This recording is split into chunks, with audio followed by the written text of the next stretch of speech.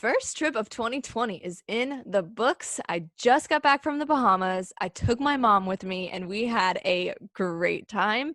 Let me tell you, it was a lot warmer there than it has been in Nashville lately. If you're interested in hearing about our trip or learning a little bit more about the Bahamas in general, then listen in to this episode right here.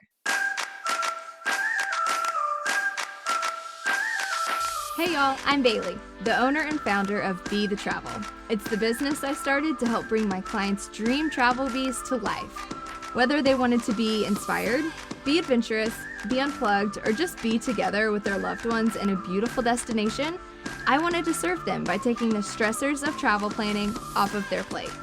Right now, you're listening to Be the Travel Podcast, the place where I bring you my supplier and partner relationships, industry knowledge, and professional travel tips that I've accumulated along the way. Hopefully you'll listen in and find yourself even a little bit more inspired to create a travel bee of your own, whatever that might look like to you. Okay, so I feel like we should just start with the fact that sandals is a controversial topic. You have got couples that love them and they will never ever travel anywhere else in the world except for to every Sandals property. They make it their mission to go and visit every single one and they love it. And I think that that's awesome. Like, good for them. Like, they found something that they love and enjoy, and like, hey, you cannot fix what's not broken. So you have that. And then you have the couples who will never give them a chance. I've heard people say they think that they're cliche or they're too cookie cutter or we want something more outside of the box, and like they're never going to go to a Sandals ever. And they wouldn't like it. Even if they went, you know them and you know they wouldn't like it. Same thing with travel agents. You have the ones that, like, I have travel agent friends, Molly, I know you do too, that would not touch a Sandals booking with a 10-foot pole. Like, if they have a client that calls them and says, hey, we want to go to Sandals, they're like, okay, book it on your own. You know, like they touch it.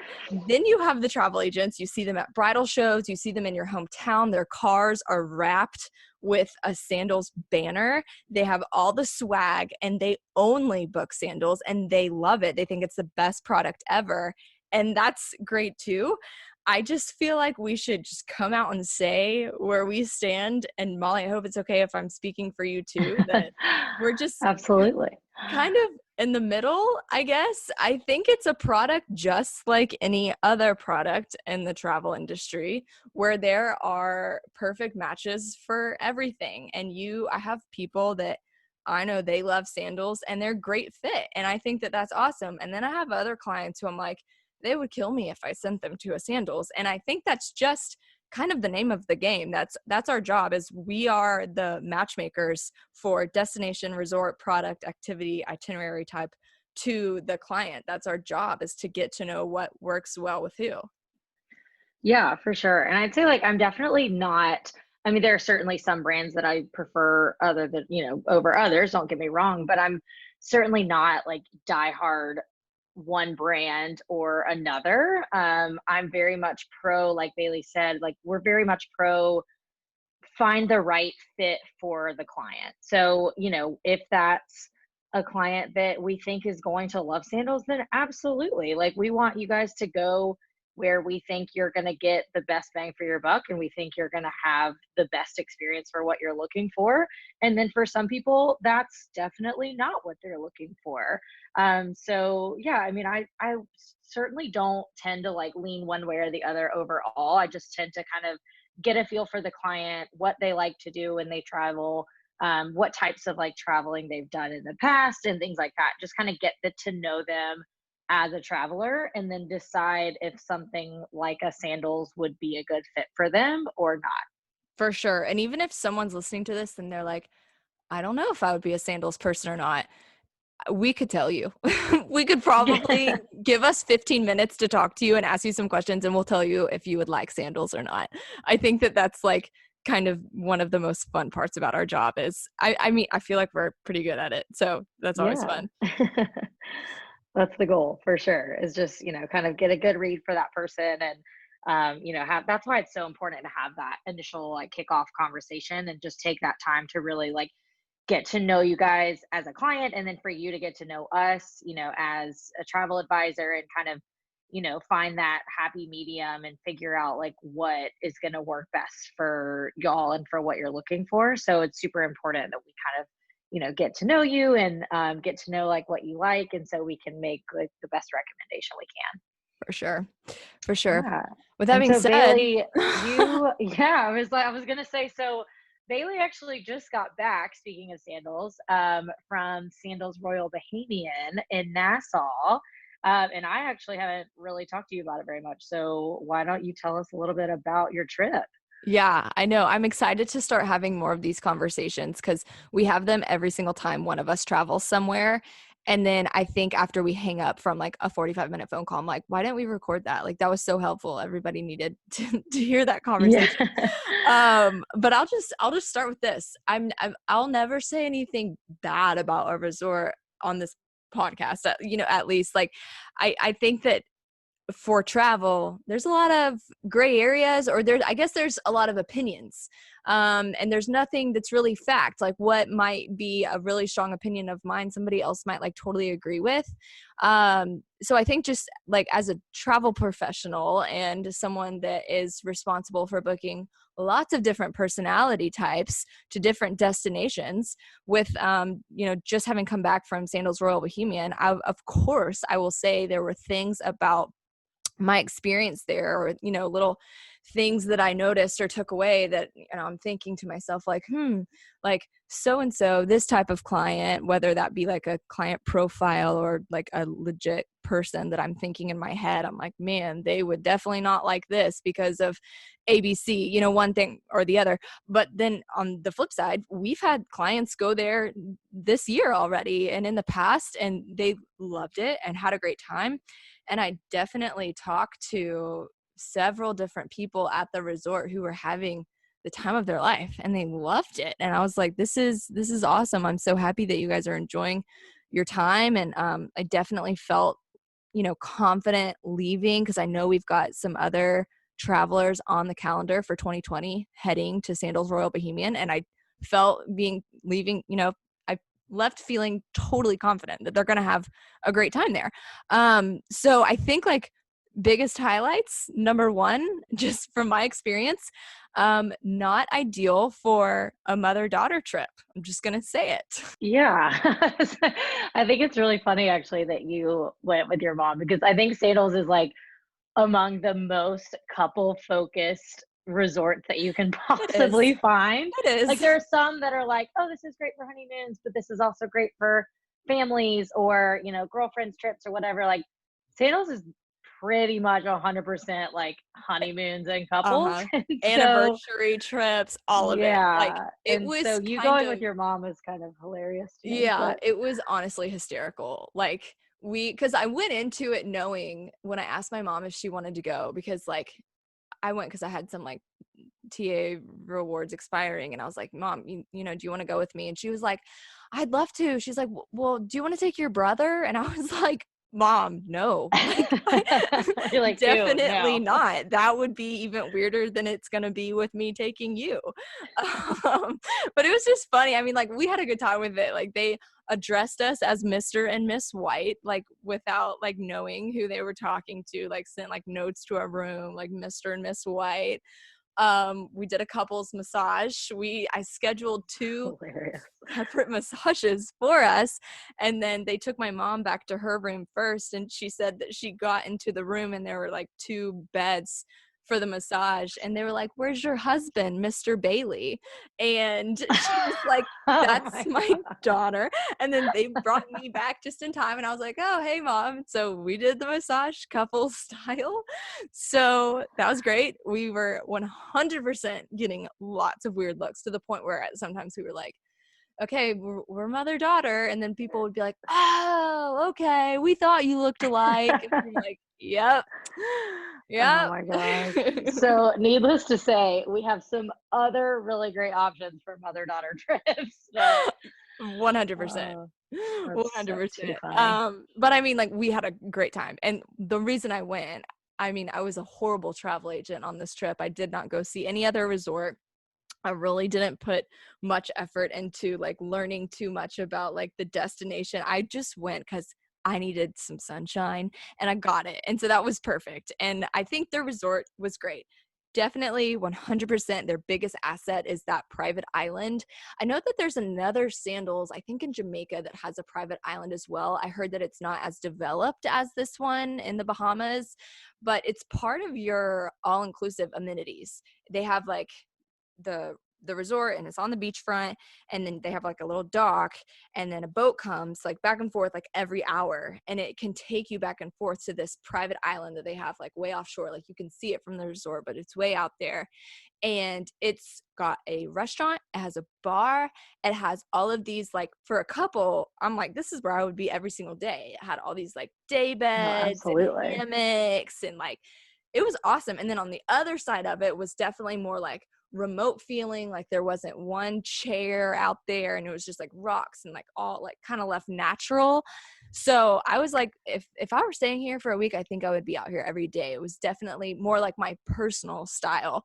um so I think that was just like the biggest takeaway was that private island. Very cool. Yeah, and I think that's really cool too because you have like so much variety there. Like you're saying, like you could go over to that private island and hang out on that backside in that beach and totally get away and like feel like you're, on this like secluded little area.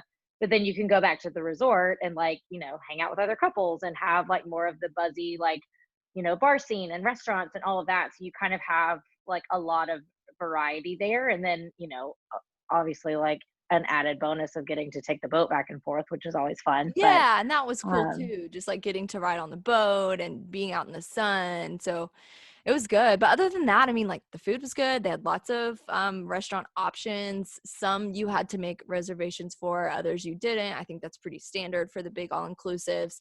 They had two separate giant pools that were completely apart from one another. One is the louder party pool, if you will, like the DJ, the loud music. It was a more upbeat energy.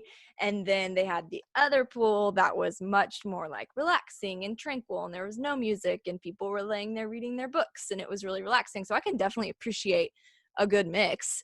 So I thought that was nice. The gym was solid. I went and worked out every morning I was there. They had, I didn't have any issues like getting a treadmill. It overlooked, it was in what I think is probably like, as far as the layout, I'm sure there's penthouse suites because they called it the penthouse gym.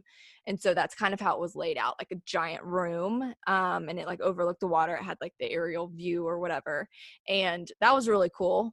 So I really liked that. And then something else I wanted to touch on was, I think whenever anyone hears the word Bahamas, they think of those pigs. And just like FYI, you can do that from this resort. I think the most, Molly, correct me if I'm wrong, but the most like picture perfect, or like I guess like the biggest pig island experience you think of in your head is on Exuma, but you can do it from this resort. It costs 450 USD per person. We didn't do it, but just FYI, you can go do that on Exuma. You can also do it there in Nassau too, but I don't think it's quite the same experience. And Molly, can't you do it in other islands too? yeah, so I haven't seen the Pig Island and I have not been to Exuma yet, and it is on my list for sure. There's also a Sandals in Exuma too, Sandals Emerald Bay, Mm-hmm. if you were wanting to be a little bit closer to that, big main original Pig Island, as they'll say. But yeah, I think it's starting to kind of become a thing in other areas. Like my family actually loves to go down and vacation in the Abacos, which was unfortunately in the path of Hurricane Dorian recently.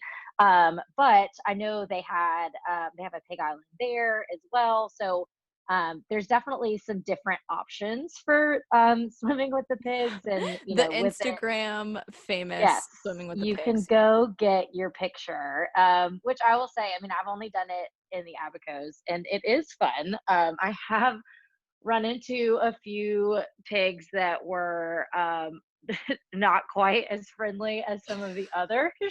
And I've heard some people have had really wonderful experiences, and then some people have been like, pig kind of bit me or something Um, like that. I'm not But afraid to say every single person that I have talked to who has done the pig thing has gotten bit. And so I'm like, but then they still post the super cute picture on Instagram. And I'm like, well, this is why it's popular because everyone's posting these pictures, but no one's talking about how they're getting bit. So, yeah. So, I mean, again, we are here to help our clients like find the perfect trip that they want. If you are dying to go take a picture with a pig on the beach, like absolutely, we I would can have hook done you it. up. Um, would I recommend you plan your entire trip around taking a picture with a pig? No, No, personally. no. um, again, it's funny, and you get a cool picture, and if the pigs are in a good mood, then it's cool and it's fun and all that. But I do get a lot of people that are very closed-minded about destinations because they have their heart set on that. And again, like we are here to help you guys find the perfect trip that you're looking for. For sure. But my suggestion would be to kind of like keep that in the back of your mind as like what something that you would be interested in doing, but also like be open to considering like all of the options. Yeah. And if it works for the pig thing, great. But I would not recommend you like being so hyper focused on Oh my that one gosh. thing that Yeah. it kind of like dictates your whole vacation. Yeah.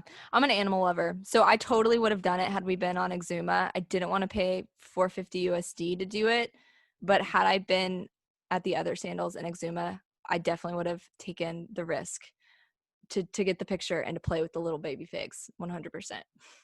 Yes, the babies are really cute, I will say. From what I've seen, they're a little bit shyer, so sometimes I'm like trying to feed them and the mom is like getting in my way and is like, "No, I'm getting that food." And the little babies are like hiding on the other side, but they are really cute and it's fun and people love it. And if you are, again, if that's what you want to do, then more power to you. But Right. it may not be quite as glamorous as it might look on the internet.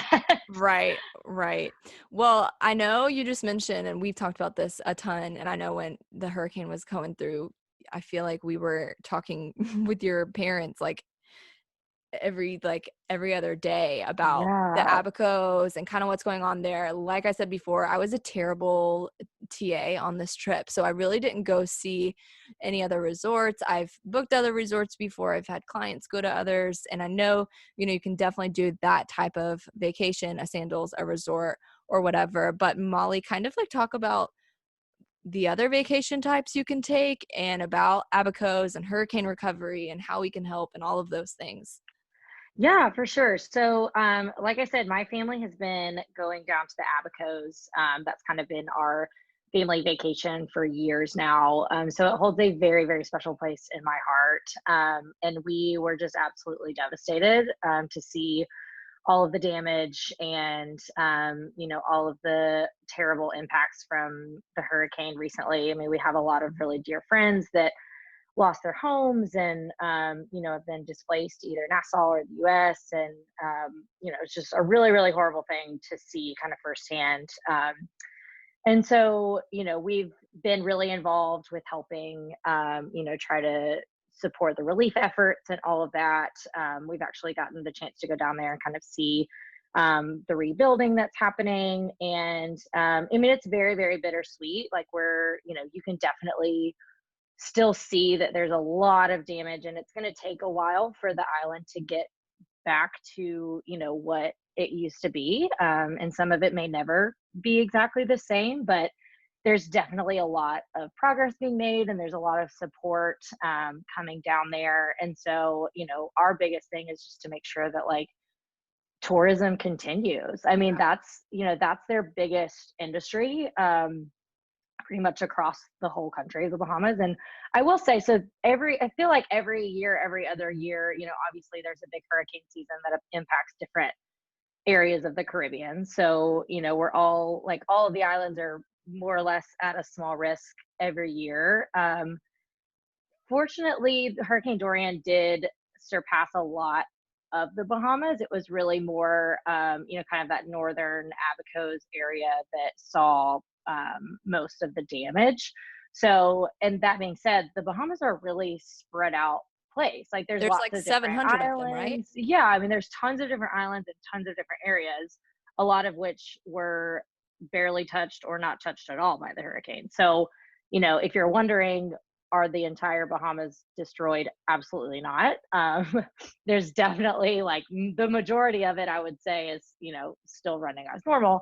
Right. But that, those northern islands in the Abaco kind of area is definitely still hurting a little bit, but there is certainly some progress being made. It's really exciting for us to kind of see, the hotels opening back up and the restaurants opening back up, and debris being cleared out, and just the rebuilding really getting picked back up. And I mean, the biggest thing we can do to help is continue going down there. Like, don't be afraid to book trips to the Bahamas. Like, it's still up and running. The service is still amazing. The beaches are still amazing. I mean, and again, the majority of the Bahamas was not destroyed. So Right. you still have tons of different areas to go visit and explore. And I just think for me personally, like, it makes me a lot more excited to know that my, travel dollars are going to like help something like that. And Right. knowing that, like,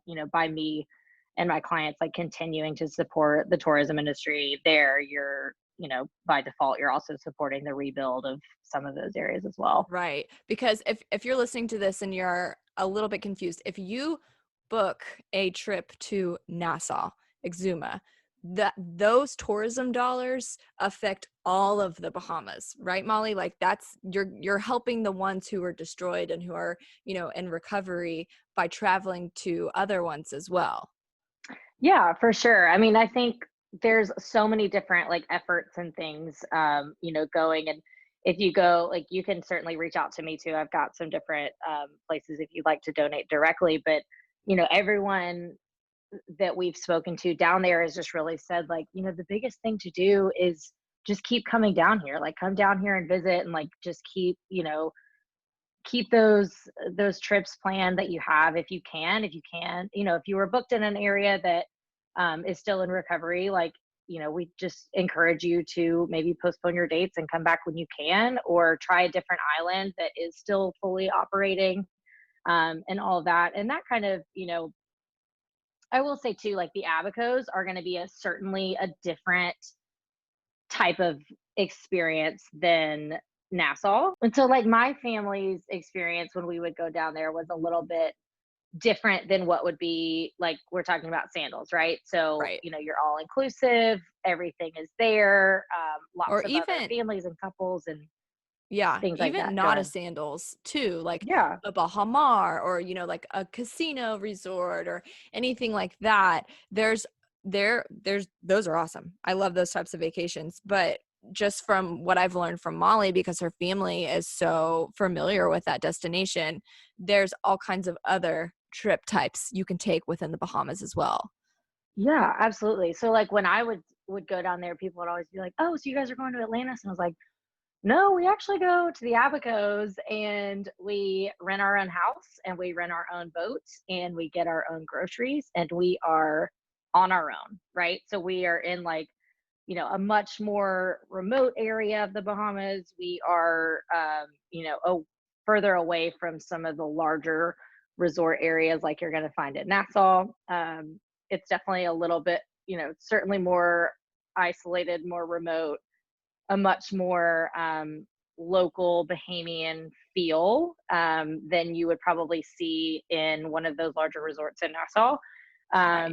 And that's just, again, it goes back to what type of traveler you are and what type of trip you want. I mean, you can find the Bahamas is so big, and there's so many different destinations, and there's so many different types of places you can go and stay. Like, you can absolutely have any end of the spectrum, right? So you can have your big, large casino, all inclusive resort right there on the beach where you've got, everything included. You never have to leave the resort and have a really great time.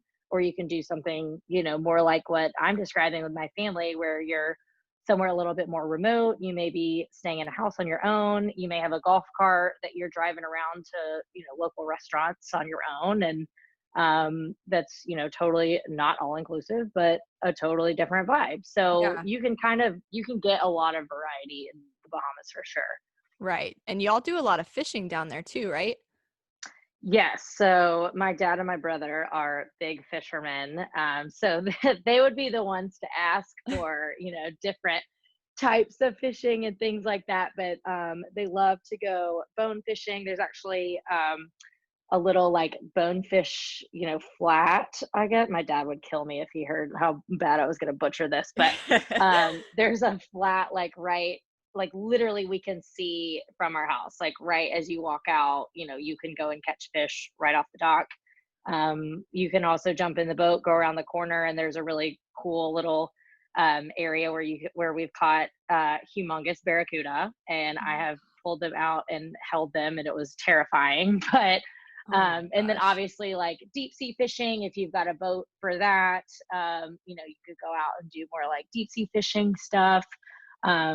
Tons of, different options like that. But again, I mean, it depends on where you are. If you want it to feel a little bit more like low key and local and like you're kind of on your own, or you could go stay at a resort that's going to have all of that stuff right there for you. Like it's going to have fishing as an excursion where you don't necessarily have to have your own boat. You just go in the resort's boat and it's all, right there for you. So totally depends on like the style of traveler you are. But I think the Bahamas is one of those places that, you can find something for everybody. Right. It's a destination for everybody. Yes, at least I think so. I might be a little biased, but I absolutely love it down there. And the people are so great too. That's another, like, I just loved, talking to locals over the years and just getting to, make some friends down there and, get to know everybody on a personal level. And there's really good people. Well, I love it. If anybody listening in has any questions about the Bahamas or what kind of trip might work for you and that destination, reach out to us. We would love to help you plan. Hey y'all, thanks so much for tuning in. I really hope that you loved what you heard today. And if you did, share it with a friend. Take a screenshot of this episode and send it to them so that they can listen in too. Or post it to your Instagram story and tag us at BeTheTravelgram. Or write a comment below and let us know what you think. Your support means the whole big, beautiful world to Be The Travel. And until next time, happy travel.